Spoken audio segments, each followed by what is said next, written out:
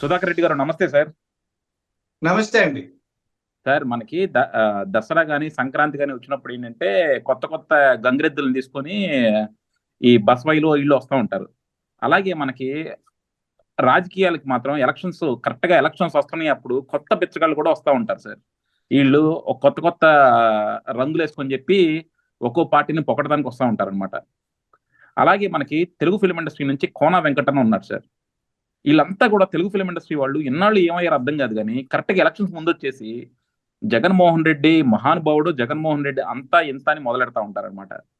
కోన వెంకట ఏం చేస్తున్నాడంటే, ఇప్పుడు బాపట్లో ఒక స్కూల్ ఉందండి సార్. ఆ స్కూల్కి వెళ్ళి ఈ స్కూలు హైదరాబాద్ లో ఇంటర్నేషనల్ స్కూల్ కన్నా గొప్పగా ఉంది, ఈ స్కూల్ ఎక్స్ట్రాడినరీగా ఉంది, ఇక్కడ భోజనం అద్భుతంగా ఉందని చెప్పి రోజుకు ఒక ఇంటర్వ్యూ ఇస్తా ఉన్నాడు అనమాట. వీళ్ళందరూ నిజంగా ఆంధ్రప్రదేశ్ లో జరుగుతున్న అరాచకాలన్నింటినీ చూడటానికి ఎందుకు రారు సార్? అమరావతి రైతులు గత 5 సంవత్సరాలకు ఉద్యమం చేస్తుంటే వాళ్ళని మాట్లాడిచ్చేవాడు లేడు. వైజాగ్ స్టీల్ ప్లాంట్ అది ప్రైవేటైజేషన్ చేస్తుంటే దాని గురించి మాట్లాడేవాడు లేడు. దళితులు ఎంతమందిని హెరాస్ చేస్తుంటే దళితుల గురించి మాట్లాడేవాడు లేడు. ఇవన్నీ పక్కన పెట్టేసి 3 క్యాపిటల్స్ అంటే 3 క్యాపిటల్స్ జై కొడతారు, అమరావతి క్యాపిటల్ నాశనం చేస్తే హ్యాపీగా ఫీల్ అవుతారు. ఈ రోజు ఇప్పుడు ఎలక్షన్ స్టంట్ కోసం ఎక్కడో ఒక స్కూల్ ని వీళ్ళు ఏదో ఫండ్స్ పెట్టి వీళ్ళు హడావుడి చేసి దానికి జగన్మోహన్ రెడ్డి ఆంధ్రాలో ఉన్న అన్ని స్కూల్స్ కూడా అంతే గొప్పగా తీర్చిదిద్దాడని చెప్పేసి ఒక ప్రొపగండా సృష్టిస్తున్నారు. ఎలా చూస్తారు సార్ వీళ్ళని?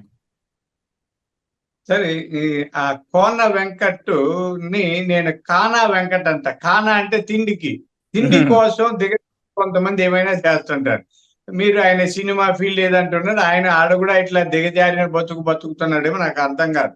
కోన వెంకట గారు మీకు తెలిసింటే నాతో మాట్లాడంటే మాట్లాడతాం. బుద్ధి ఉందా నీకు? స్కూల్ చూసావా? ఎక్కడో ఎవరో అన్నం స్టార్ హోటల్లో తెచ్చి అన్న పెట్టారా?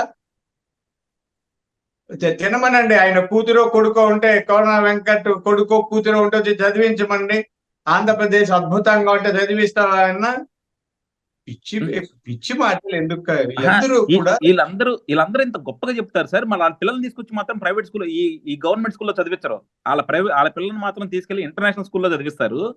పేదవాళ్ళు మాత్రం ఇలా అనగారిపోయిన గవర్నమెంట్ స్కూల్స్ లో ఊరికే వీళ్ళు ముసుగేసిన గవర్నమెంట్ స్కూల్స్ లోకి వెళ్ళి పేద పిల్లలు చదువుకోవాలని చెప్తా ఉంటారు.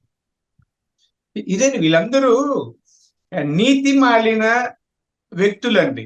అంటే మనం ఏమనుకుంటామంటే కొన్ని ఫీల్డ్స్ లో ఉంటాయి, సినిమాలు ఆయన రాశారు, ఆయన పాడారు, ఆయన డైరెక్టర్, ఆయన నటుడు చాలా గొప్ప ఇట్లా అనుకుంటుంటాం. ఎందుకంటే ఆ హీరో వర్షిప్ అండి. అందరూ ఏదన్నా సినీ రంగంలో ఉన్న లేదా ఒక రచయిత ఉంటాడు, ఆ రచయితని చాలా గొప్పగా చూస్తుంటారు. అంటే నాకు కూడా నవ్వు వస్తుంది. నేను మధ్యాహ్నం సాయంత్రం ఒక ఫంక్షన్ లో మా అబ్బాయి ఏదో ఆల్ ఇండియా వైస్ ప్రెసిడెంట్ అయ్యాడని ఇంకొక 4 ప్రొఫెసర్లు వాళ్ళకి సన్మానం చేస్తే వెళ్ళారు. నన్ను ఒక పేరు ఆమె, బాబు ఆయన ప్రిన్సిపాల్ కదా, నేను చిన్నప్పటి నుంచి నువ్వు ఫస్ట్ తిరుగుతున్న నుంచి చూస్తాను, ఎంత వెదిగావు, నీ బుర్రలో ఏముంది, ఆ రోజుకు ఒక ఆర్టికల్ రాస్తావు అది ఇది అని. అందుకే కదా మేడం బుర్రలో ఉన్నది ఎక్కువ అయిపోయి వెంట్రుకలు రాలిపోయాయని జోక్ వేశాను. అంటే నిజానికి నాకు తెలిసి చాలా మంది అనుకుంటుంటారు, ఇప్పుడు ఏం రాస్తామండి, ఏ దేశాన్ని లేదు పట్టి. నేను కూడా రోజు రాస్తా, మనకున్న అనుభవాలని రాసేది. రైటింగ్ స్కిల్ ఉంది కాబట్టి రాస్తాం. అంటే రాసినోడంతా ఉత్తముడు, పాడినోడంతా ఉత్తముడు ఏం కాదండి. ఇప్పుడు నేను రాసేటప్పుడు నా రాతలు వేరు, నా వ్యక్తిత్వం వేరు కావచ్చు, 2 ఒకటి కావచ్చు, దానికి గ్యారంటీ లేదు. ఇలా మనం వీళ్ళని గొప్ప వాళ్ళు అనుకుంటాం, ఒక రంగంలో ఉన్నారు అని. కానీ బుద్ధులు పెద్దవాళ్ళు చెప్తుంటారు, రాత రాజ్యాన్ని ఏలమని రాస్తాడంట దేవుడు, కానీ వీళ్ళు బుద్ధులు మాత్రం ఇంకేదో వెళ్తుంటాయి. అలా దిగజారిపోయి ఆంధ్రప్రదేశ్ లో స్కూళ్ళు నాశనం అయిపోయాయి. నాశనం. ఎందుకంటే నేను ఒక విద్యావంతుడుగా నాకు కూడా ఒక స్కూల్ తిరుపతిలో, ఒక ప్రైవేట్ స్కూల్ అయితే ఎవరికో ఇచ్చేసాను. ఇప్పుడు ఈ పార్టీల రాజకీయాల్లో బిజీగా ఉండడం వల్ల అది ఎవరికో లీజుకి ఇచ్చాను. 1200 మంది ఉన్నారు. స్కూళ్ళు ఎలా ఉంటాయో నాకు బాగా తెలుసు. ప్రైవేటు స్కూళ్ళ స్థాయి తెలుసు, ప్రభుత్వ స్కూళ్ళ స్థాయి తెలుసు. నిజానికి ప్రభుత్వ స్కూళ్ళలో క్వాలిఫైడ్ టీచర్స్ ఉంటారు, ప్రైవేటు స్కూళ్ళల్లో లేరండి. అదే ఇంకా అవన్నీ చెప్తే అది అన్ని ప్రభుత్వాల్లో జరుగుతుంది. ఎవరో ఒకరు 10వ తరగతి చదివినోడు కూడా కావాలంటే ఇంటర్మీడియట్ వాళ్ళకి పాఠాలు చెప్తారు ప్రైవేట్ స్కూల్స్ లో. ఎవరైనా ప్రైవేట్ స్కూళ్ళలో బాధపడకండి, నాకు కూడా స్కూల్ ఉంది, నాకు అవన్నీ తెలుసు. ఎందుకంటే మన దేశ దౌర్భాగ్యం, దురదృష్టం వల్ల మన విద్యావంతులని చెప్పుకుంటున్నాం. ఈ స్కూల్లో ఇంత దిగజారిన స్కూల్ను పొగుడుతున్నాడంటే అతను ఒక పేటీఎం బ్యాచ్ అనాలి. ఆ వెంకట్ ఎవరో నాకు పెద్ద తెలియదు కానీ చాలా వరస్ట్ గా ఉంటాయండి. హాస్టల్లో అన్నం మీరేం లేదండి, అడుగులో బుద్ధిహీనుడు చెప్పినాడు రమ్మను, అక్కడ ఉన్న పిల్లల్ని ఇది హాస్టల్లో తింటున్న పిల్లల ఆరోగ్యాన్ని చూడమను. అంటే అన్నం బాగా తింటున్న వారు, పోషక విలువలు కలిగిన ఆహారం తింటుంటే వాళ్ళు ఎత్తుకు తగిన బరువు ఉంటారు, చర్మం మినమిల్లాడుతుంటది, కళ్ళు కాంతివంతంగా ఉంటాయి, బుర్ర బాగా పనిచేస్తుంది, హాయిగా నిద్రపోతారు, ఎప్పుడు చిరునవ్వుతూ ఉంటారు, చాలా ఉత్సాహంగా చలాకీగా ఉంటారు. ఏ హాస్టల్లో అయినా అది స్కూళ్ళు కానీ ఇంకా ఎస్సీ ఎస్టీ హాస్టల్ ఎక్కడైనా పిల్లలంత ఆరోగ్యవంతంగా ఉన్న ఎవడైనా చూపించమనండి, జగన్మోహన్ రెడ్డి గారా లేదా వెంకట ఎవడైనా, చాలా దరిద్రంగా ఉంటాయి. నేను సైకాలజిస్ట్ గా కొన్ని వందల స్కూళ్ళని చూశాను. ఇప్పుడు నేను లక్షల మందికి శిక్షణ ఇచ్చాను. లక్షలు, ఒకరు ఇద్దరు కాదు.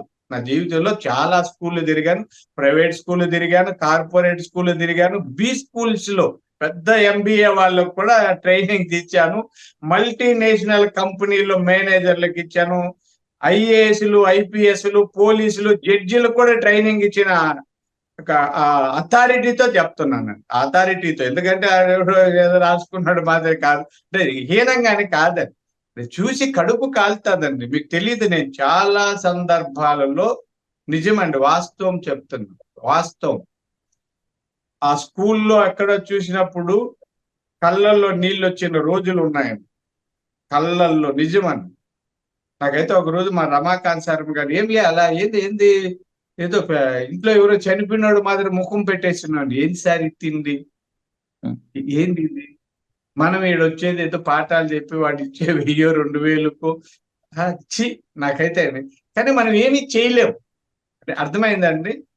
నేనేదో సైకాలజిస్ట్కి పోయి మానసికంగా చెప్పగలం కానీ మొత్తం వాళ్ళ అవన్నీ వ్యవస్థలు మార్చలేము. మారిస్తే మమ్మల్ని చాలా అది అవతవకలు చాలా ఉంది. కాబట్టి ఆంధ్రప్రదేశ్ ప్రభుత్వ పాఠశాలలు, కళాశాలలు చాలా అధ్వాన్నంగా ఉన్నాయి అన్న విషయం అందరికీ తెలుసు. వారిని పొగిడే వాళ్ళని ఏమనాలో నాకు అర్థం కాదండి. డెఫినెట్ గా సార్, ఎందుకంటే ఇప్పుడు కోనా వెంకట్ వాళ్ళ తమ్ముడు గాని వాళ్ళంతా కూడా వైఎస్ఆర్సీపీలో ఉన్నారు.